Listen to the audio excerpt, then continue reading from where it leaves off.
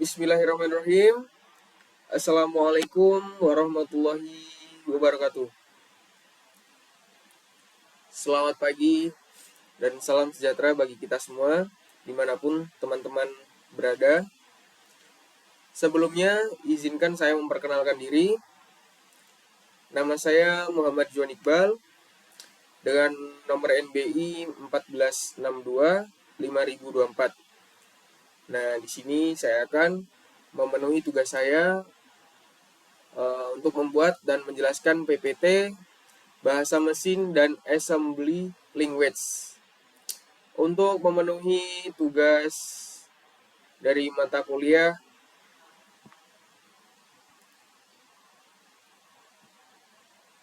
AOK ya, atau yang biasa disebut dengan Arsitektur dan Organisasi Komputer.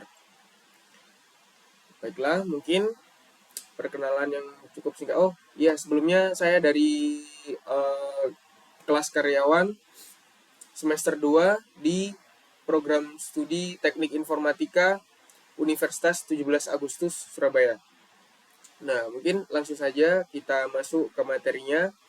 Nah, yang pertama di sini yang pertama yang kita bahas di sini mungkin bahasa mesin dan assembly language ya. Nah, materi ini merupakan dasar dari arsitektur dan organisasi komputer mungkin.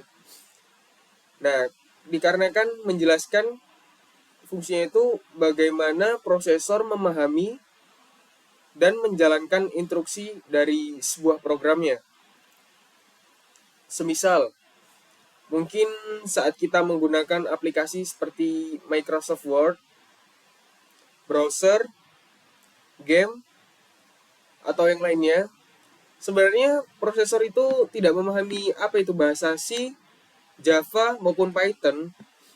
Nah, jadi semua kode tersebut itu harus diterjemahkan menjadi bahasa mesin ya, agar mesin juga dapat diproses atau membacanya lewat CPU.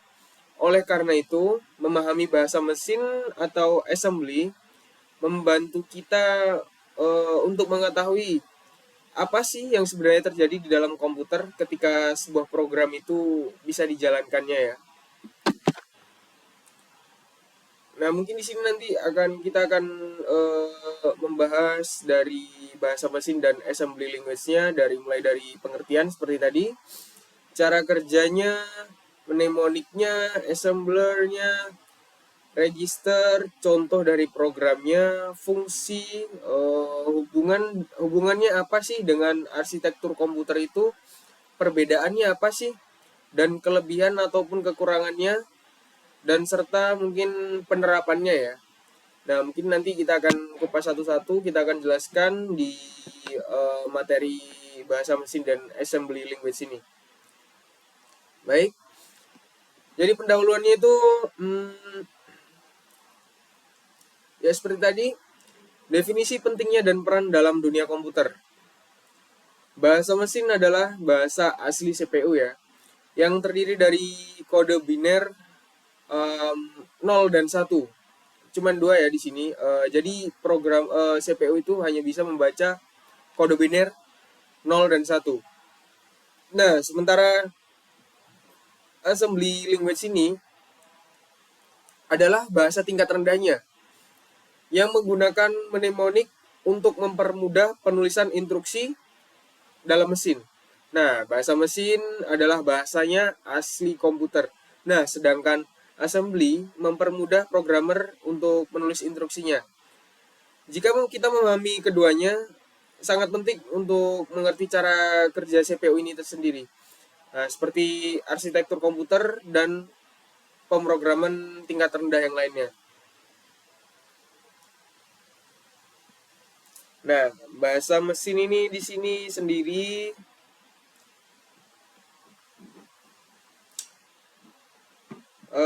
bahasa asli CPU dalam kode biner. Bahasa mesin adalah bahasa tingkat paling rendah yang terdiri dari kode biner 0 dan 1. Yang seperti dijelaskan yang tadi ya, CPU hanya dapat menjalankan instruksi dalam format ini ya. Berarti hanya bisa menjalankan instruksi. CPU itu cuma bisa membaca atau menjalankan instruksi jika kode binernya itu 0 dan juga 1. Jika kode binernya tidak 0 dan 1, maka CPU tidak akan bisa untuk membaca eh, kode biner ini kecuali 0 dan 1. Garis besarnya berarti CPU itu cuma bisa membaca yang kode binernya 0 dan 1. Nah, CPU hanya dapat menjalankan instruksi dalam format ini secara langsung tanpa penerjemah. Cara kerjanya mungkin CPU seperti untuk mengambil instruksi biner dari memori, mendekode maknanya, lalu mengeksekusi operasi sesuai instruksi tersebut melalui siklus fetch, decode, dan execute. Nah, bahasa mesin sendiri di sini adalah bahasa pemrograman yang paling rendah ya, yang langsung dipahami oleh CPU. Jadi langsung tingkat pemahaman paling rendah yang langsung bisa dipahami oleh CPU. Nah, bahasa mesin ini terdiri dari kombinasi angka biner yang seperti tadi 0 dan 1. Nah, prosesornya ini bekerja menggunakan jutaan transistor di dalamnya yang hanya mengenal dua kondisi, yaitu on, hidup, dan off, mati. Nah, karena itu, komputer menggunakan sistem bilangan biner, makanya digunakan bilangan biner 0 dan 1 untuk mempermudah CPU untuk membacanya. Makanya di sini dibilang bahasa tingkat paling rendah. Nah, makanya cuma mengenal dua kondisi, yaitu hidup atau mati ya di CPU ini. Nah, setiap instruksi bahasa mesin memiliki fungsi-fungsi tertentu. Misalnya, untuk memindahkan data, melakukan penjumlahan, pengurangan, atau melompat ke alamat memori tertentu. Untuk misal berpindah file. Nah, kelebihan bahasa mesin adalah sangat cepat karena tidak membutuhkan penerjemah lagi. Kekurangannya mungkin di bahasa mesin ini sangat sulit untuk dipahami manusia sehingga hampir tidak pernah digunakan secara langsung di kehidupan manusia. Jadi digunakan untuk kehidupan komputer saja. Selanjutnya sini ya. Mengapa sih bahasa mesin sulit digunakan oleh programmer ya? Seperti yang saya jelaskan tadi. Sulit dipelajari dan dibaca. Kode biner ini seperti angka biner ini ya, antara 1 dan juga 0 atau kebalikannya 0 dan juga 1. Nah, seperti yang dicontohnya ini adalah contoh kode biner yang sulit banget dibaca. Ini nolnya ada berapa ini? 1, 2, 3, 4, 5, 6, 7. 7 di belakang 0. Jadi sudah bermiliar-miliaran, jadi untuk sulit dibaca ya kode biner seperti ini atau dibaca oleh manusia. Tidak ada kata atau simbol yang bermakna, hanya angka 0 dan 1-nya saja. Nah, untuk penulisan dan debugging sulit mungkin. Menulis program dalam bahasa mesin sangat panjang dan rawan kesalahan. Ya, siapa juga yang mau nulis sama seperti bahasa mesin yang kayak gini ya. 1 ini mungkin sangat panjang banget, susah atau rawan kesalahannya. Untuk menemukan dan memperbaiki bug sangat sulit karena semua instruksi berupa angka biner. Nah, instruksinya kan angka biner. Kalau nggak 0 ya 1 doang. Beribu-ribu angka. Tidak ada portable. Bahasa mesin bersifat spesifik untuk setiap jenis prosesor.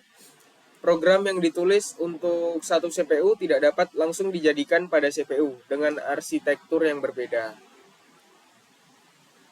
Nah, contoh dari bahasa mesin ini ya. Contoh dari bahasa mesin ini seperti ini. Kode biner instruksi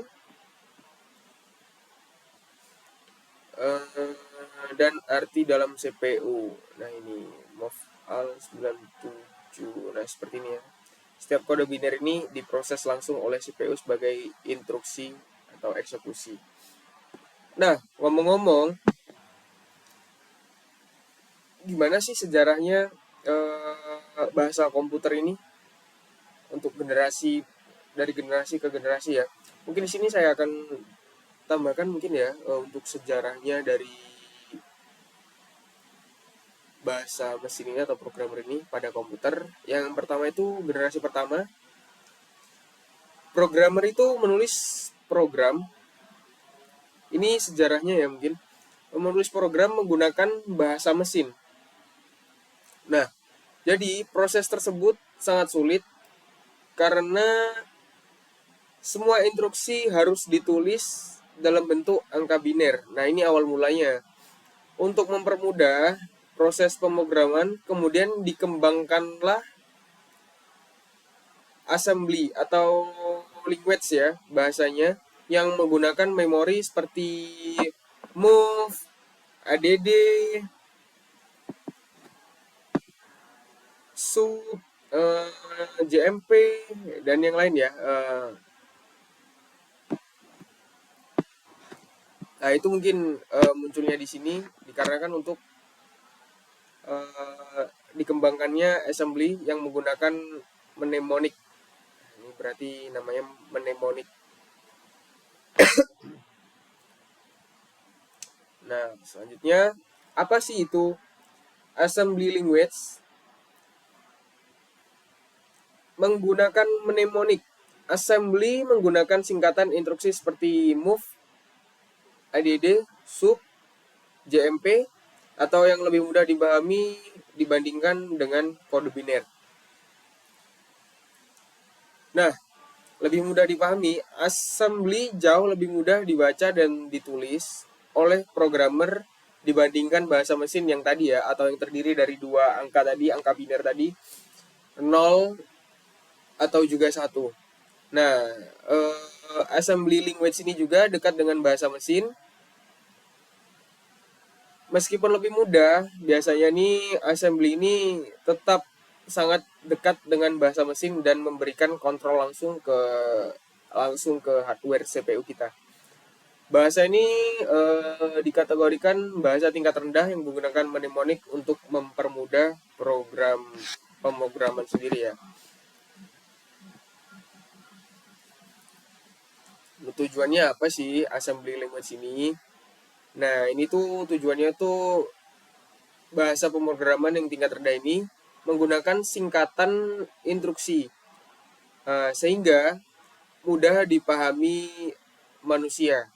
Nah, makanya ada assembly language. Jika tidak ada assembly language, maka manusia akan susah untuk memahami dari instruksi-instruksi yang seperti yang dari bahasa mesin tadi ya, seperti kode biner 1 dan 0. Nah, makanya itu nanti makanya diciptakan ditemukan dari assembly language ini sendiri agar mudah dipahami oleh manusia. Nah, walaupun mudah, assembly ini tetap memiliki hubungan langsung dengan hardware. Sehingga programmer juga dapat mengontrol register, memori, dan perangkat keras secara efisien. Sebelum dijalankan CPU ini, program assembly harus diterjemahkan oleh assembler agar menjadi bahasa mesin. Nah, ini dia mnemonic dalam assembly ya. Singkatan instruksi mesin yang menggantikan kode biner agar lebih mudah dan dipahami programmer. Ada move, add, sub, jmp. Move ini memindahkan data dari satu lokasi ke lokasi lain. Itu move ya fungsinya. Nah, dan add ini, addition ini menjumlahkan dua nilai dan menyimpan hasilnya. Contohnya seperti move AX5, simpan ke nilai 5 ke register AX. Nah, sedangkan sub dan JMP ini, sub ini mengurangi dua nilai JMP atau jump subtraction, melompat ke bagian program tertentu. Contoh, sub AX2 kurangi nilai AX dengan 2.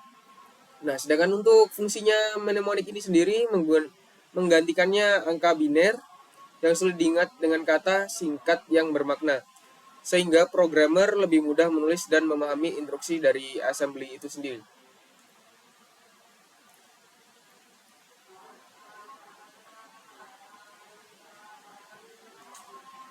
Nah, di sini assembler pengertian dan proses kerjanya ya. Bagaimana assembler menerjemahkan kode assembler ke bahasa mesinnya.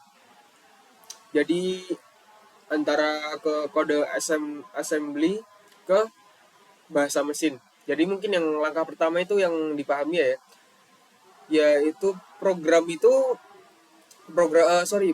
itu menulis instruksi menggunakan mnemonic seperti yang ada di dalamnya tadi ada contohnya move, add, sub, dan JMP yang mudah dipahami. Jadi programmer itu menulis ini ya, contoh ini, instruksi ini. Nah, selanjutnya langkah yang kedua, assembler menerjemahkan kode ke assembly untuk menjadi kode biner bahasa mesin yang dapat dibaca langsung oleh CPU. Nah, selanjutnya langkah yang ketiga itu eksekusi CPU ya. Ini bahasanya udah sampai CPU, dari programmer menulis ke assembler menerjemahkan masuk lagi ke CPU. Nah, di sini sudah masuk ke bilangan biner ya. Dari bahasa kode assembly tadi diterjemahkan ke bahasa mesin. CPU hanya menjalankan bahasa mesin 1 dan 0. Instruksi dieksekusi melalui siklus fetch di kode execute secara berurutan.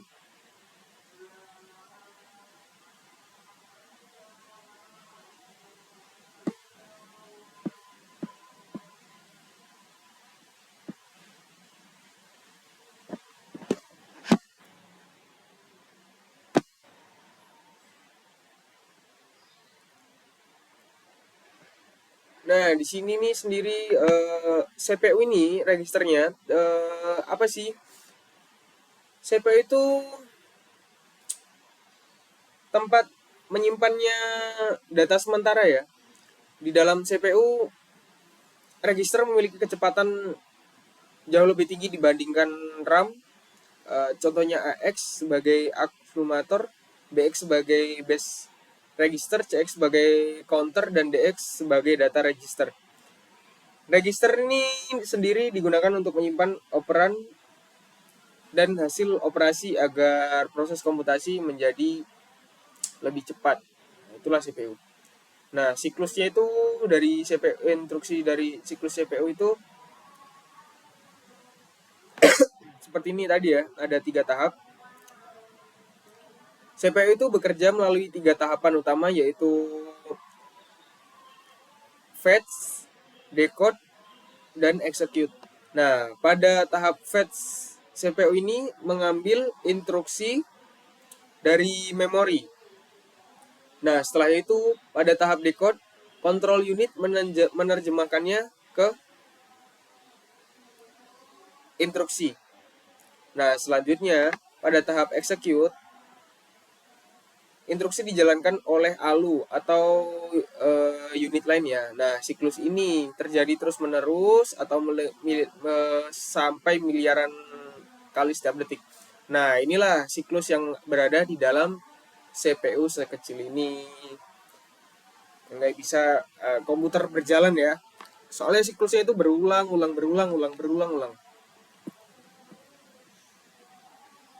Nah, contoh program assembly. Instruksi dan hasil akhir register. Seperti saya bahas tadi ya.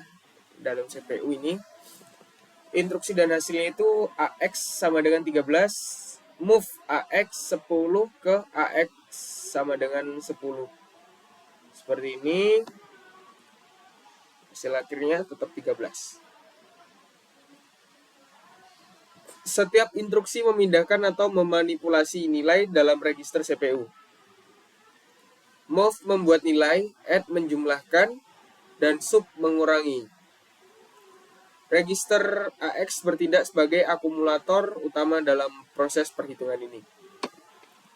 Nah, contohnya seperti itu ya. Move AX 10, move BX 5, add AX BX, sub AX 2.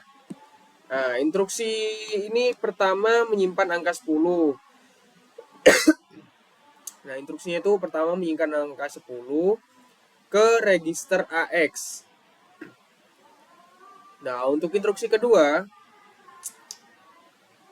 menyimpan ke BX 5.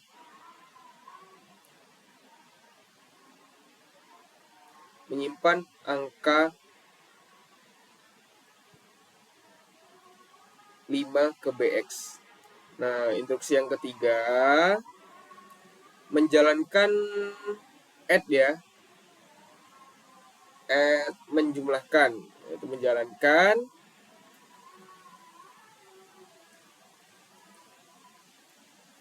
AX dengan BX, jalankan AX dengan BX 5 dan 10 ya, menjalankan 5 dan 10. Ini pemahamannya lebih seperti ini. AX dan BX sehingga menjadi 15. Nah, ini menjumlahkan.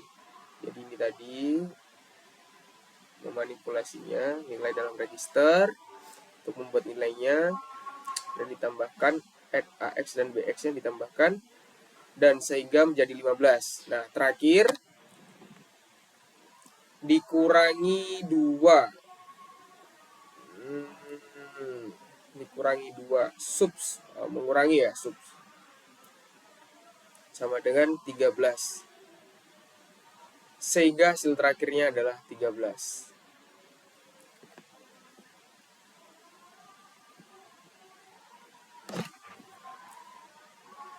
Selanjutnya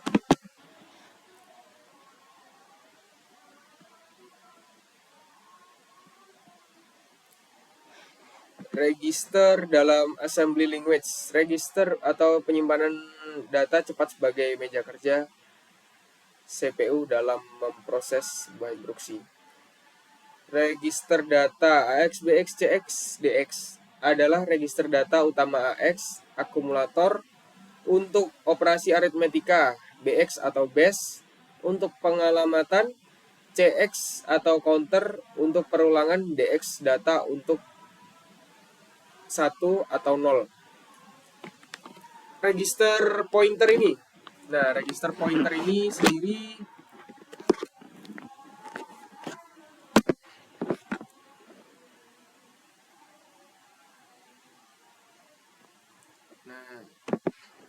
register pointer ini sendiri menuju ke puncak stack memori BP atau base point ya. Digunakan untuk mengakses parameter dan variabel lokal dalam subroutine. Register index SI atau source index dan DI destination index digunakan untuk operasi string dan pengalamatan memori. Keduanya mempercepat pemrosesan data berurutan di CPU.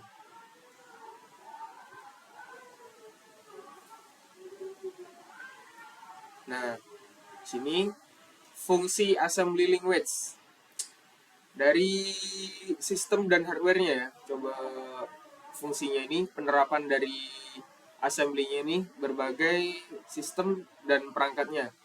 Yang pertama mungkin kita akan membahasnya di sistem dan hardware. Nah, assembly ini digunakannya dalam sistem operasi seperti driver, hardware, dan BIOS. Gunanya ini mungkin untuk mengontrol ke perangkat keras ya. seperti dengan performa yang tinggi, agar performanya itu tinggi dari driver hardware-nya, dan juga latensinya agar rendah. Nah, untuk firmware dan embedded-nya, firmware embedded system dan microcontroller untuk memanfaatkan agar assembly ini efisien memori dan eksekusi instruksi langsung pada hardware yang terbatas. Robotika dan optimasi. Robotika dan optimasi ini sendiri program kritis yang menggunakan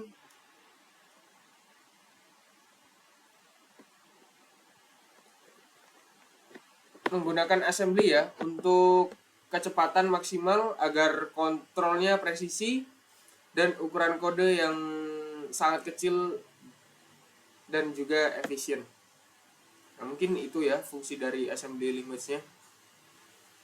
Nah, ada pula di sini hubungan assembly dengan arsitektur komputer. Apa sih hubungannya itu? Biasanya assembly ini bergantung pada instruction set arsitektur atau ISA. Setiap prosesor ini memiliki instruksi yang berbeda, seperti Intel x86 dan x86 sampai 64, ARM dan MIPS RISC-V. Nah, mungkin kita akan membahas di Intelnya dulu ya. Arsitektur 6 ini dominan pada PC dan laptop biasanya, atau x8 untuk 32 bit, sedangkan x86 sampai 64 untuk 64 bit. Nah, digunakan untuk Intel dan AMD biasanya itu dalam komputer atau laptop ya. Nah, assembly x86 ini memiliki sintaks AT plus T dan juga Intel.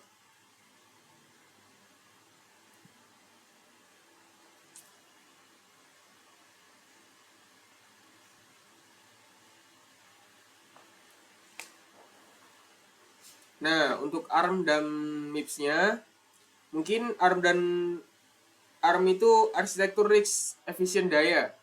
Nah, dominan di smartphone biasanya, dan juga embedded MIPS itu banyak digunakan dalam pendidikan arsitektur komputer dan biasanya itu seperti kayak router ya.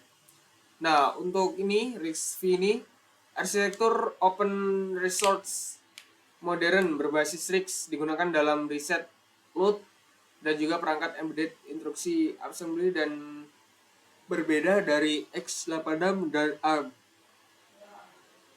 Sesuai IC-nya ya. Biasanya nih hubungannya itu setiap prosesor memiliki instruksi set dari arsitektur atau IC yang berbeda ya.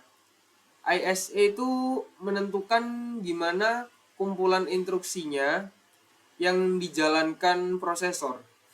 Nah, karena kode assembly itu buat Intel belum tentu dapat digunakan pada ARM ya, atau RISC juga. Mungkin hal ini untuk menunjukkan hubungan erat antara bahasa assembly dan juga arsitektur komputer itu sendiri. Nah, selanjutnya perbedaan bahasa mesin dan assembly.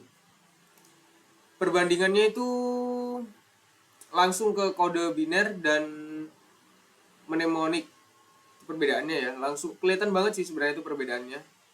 Dari angka ke huruf ini. Jadi itu bahasa mesin itu biasanya menggunakan kode biner 0 dan 1 yang seperti kita bahas tadi ya. Biasanya tuh kodenya itu sulit dibaca manusia seperti ini. Kodenya itu sulit banget dibaca. Mau baca 01010101 ini. Langsung diproses oleh CPU. Nah, kodenya ini bahasa mesin ini langsung prosesnya itu diproses oleh CPU. Tidak membutuhkan penerjemah.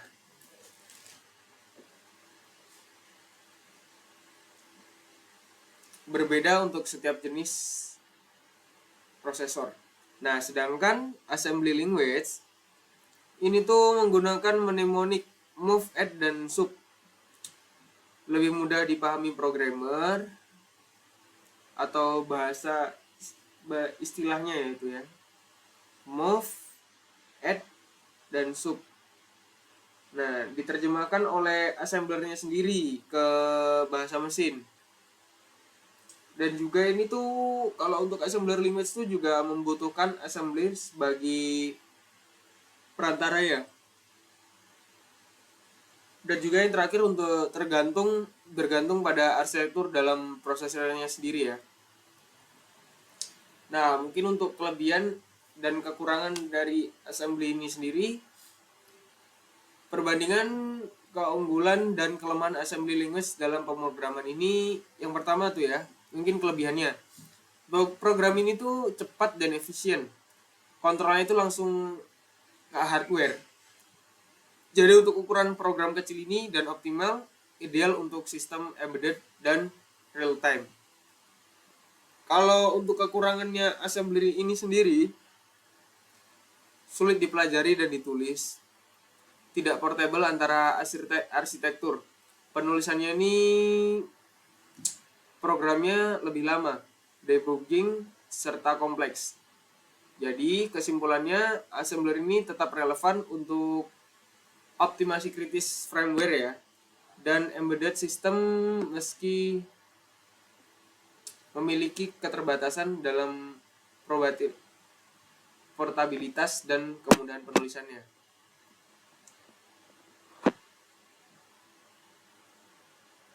Mungkin ya kesimpulannya itu ya, kalau untuk assembly itu programnya itu berjalan cepat, penggunaan memori efisien, dan mampu mengakses dari hardware langsung. Nah, sedangkan untuk kekurangannya sulit dipelajari, penulisan programnya itu lebih lama dan tidak portable karena bergantung pada jenis prosesornya.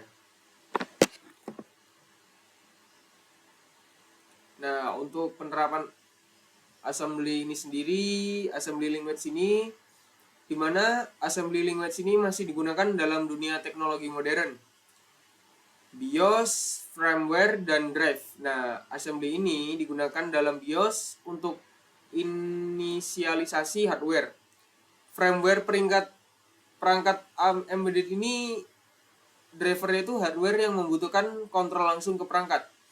Nah, sedangkan ATM dan robot industri, sistem ini menggunakan assembly untuk transaksi cepat dan aman.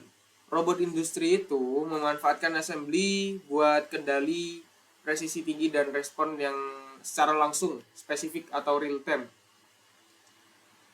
Sedangkan microcontroller dan sistem kritis seperti microcontroller satelit, peralatan medis, dan sistem kendaraan itu menggunakan assembly untuk efisiensi memori, kecepatan eksekusi, dan keandalan sistem yang tinggi.